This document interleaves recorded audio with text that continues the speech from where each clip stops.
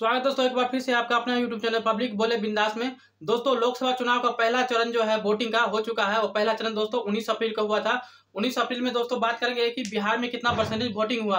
अगर voting percentage कम हुआ है तो इसका असर एनडीए अलायंस और इंडिया अलायंस पर क्या फर्क पड़ने वाला है। दोस्तों, 2019 का जो लोकसभा चुनाव हुआ था वह 8 चरणों में हुआ था। 8 चरणों में जो पहला चरण हुआ था 2019 का लोकसभा चुनाव बिहार में, उसमें करीब 56% के आसपास वोटिंग हुआ था। लेकिन 2024 का लोकसभा चुनाव है, 18वीं लोकसभा चुनाव, वो करीब 7 चरणों में होगा। उसमें पहला चरण का चुनाव 19 अप्रैल को हुआ।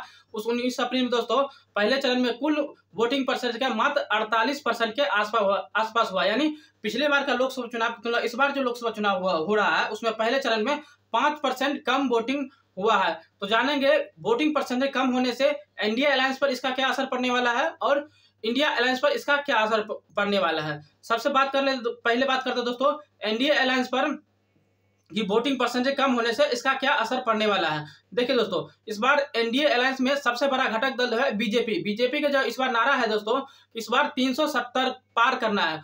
370 पार आप तभी कर सकते हैं दोस्तों जब आपका वोटिंग का जो स्ट्राइक रेट है वह करीब करीब आपको 83% के आसपास होना चाहिए। यानी वोटिंग परसेंटेज जो है 83% से, यानी वोटिंग स्ट्राइक रेट जो है आपको 83% से आसपास होना, मतलब ज्यादा होना चाहिए। लेकिन जब 2019 का लोकसभा चुनाव हुआ था उसमें बीजेपी को 300 सीट लोकसभा चुनाव मिला था, 302। उसमें से वोटिंग स्ट्राइक रेट थे करीब 69% के आसपास, जबकि वोटिंग परसेंट करीब पहले चरण में 56% से अधिक हुआ था, तब जाके 69% स्ट्राइक रेट है। लेकिन इस बार क्या हुआ कि वोटिंग परसेंट मात्र 48% हुआ है।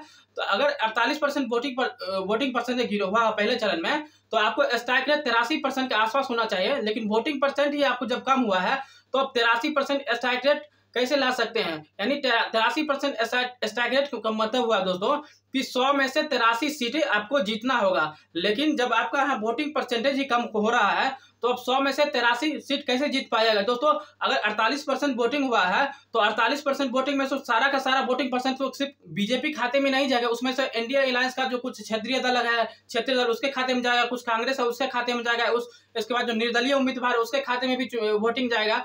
तो आपका जो वोटिंग का जो स्ट्राइक रेट दोस्तों वह घट जाएगा। और 370 का जो नारा है दोस्तों वोटिंग परसेंट कम होने से बीजेपी का जो ये नारा है वह 370 का सपना कमजोर हो जाएगा। ठीक है, इसके बाद बात कर ले दोस्तों कि इंडिया अलायंस पर इसका क्या असर होने वाला है। दोस्तों, इंडिया अलायंस में अगर वोटिंग परसेंट दोस्तों कम होता, ज्यादा होता, तो ये होता है दोस्तों कि इस समय फर्स्ट टाइम वोटर जो है, युवा वोटर है, वो ज्यादा इंटरेस्ट ले रहे हैं वोट करने में। अगर फर्स्ट टाइम वोटर है, युवा वोटर दोस्तों वोट करेंगे, अभी वर्तमान सिनेरियो में वोट करेगा तो वो जाति के आधार पर बहुत कम वोट करेगा, धर्म के आधार पर बहुत कम वोट करेगा। इसके बाद दोस्तों युवा जो वोटर होगा वो बेसिकली महंगाई के आधार वोटिंग करेगा। इसके बाद बेरोजगारी के मुद्दे के आधार पर वोटिंग करेगा, वो जाति धर्म के आधार पर वोटिंग नहीं करेंगे। अगर दोस्तों युवा अगर विकास के नाम पर वोट करते हैं, जाति धर्म के नाम पर वोट नहीं करते हैं और रोजगार के नाम पर वोट करते हैं, महंगाई के नाम पर वोट करते हैं, तो स्वाभाविक दोस्तों इसका फायदा जो है इंडिया अलायंस यानी कांग्रेस को होती है। लेकिन वोटिंग परसेंट दोस्तों इस बार कम हुआ है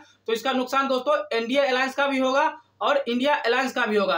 दोस्तों अब इसी यानी 1951 में जो पहला लोकसभा चुनाव हुआ और अभी जो लोकसभा चुनाव है तब से लेकर अभी तक में यानी 5 बार जो हुआ है सबसे अधिक वोटिंग परसेंटेज अगर अधिक हुआ है तो 5 बार दोस्तों सत्ता में परिवर्तन हुआ है। और 4 बार क्या हुआ वोटिंग परसेंटेज कम हुआ है तो भी सत्ता में कोई बदलाव नहीं आया। यानी वोटिंग परसेंटेज अधिक होने या कम होने से सत्ता में कोई बदलाव देखने को खास नहीं मिला है। लेकिन दोस्तों ये हुआ है कि जो राजनीतिक पार्टी का जो मंशा होता है कि हमको इतना सीट लेना है, इतना जीत के लाना है, तो उसमें दोस्तों गिरावट देखने को मिलता है वोटिंग परसेंटेज अगर कम होता है। तो पहले चुनाव में दोस्तों वोटिंग परसेंटेज पिछले बार तुलना में 5% कम हुआ है।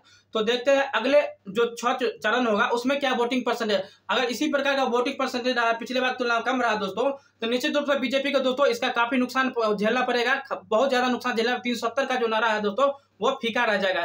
300 के आसपास दोस्तों समझ सकता है अगर वोटिंग परसेंटेज कम रहा तो। ठीक है, देखते हैं अगले बार जो भी 6 चरण आता है उसमें क्या वोटिंग परसेंटेज आता है, उसका नुकसान या लाभ किन किन पार्टी को मिलने वाला। ठीक है, अगले भी चरण होगा उसमें हम फिर से बात करेंगे। तब तक हम विदा दीजिए, धन्यवाद।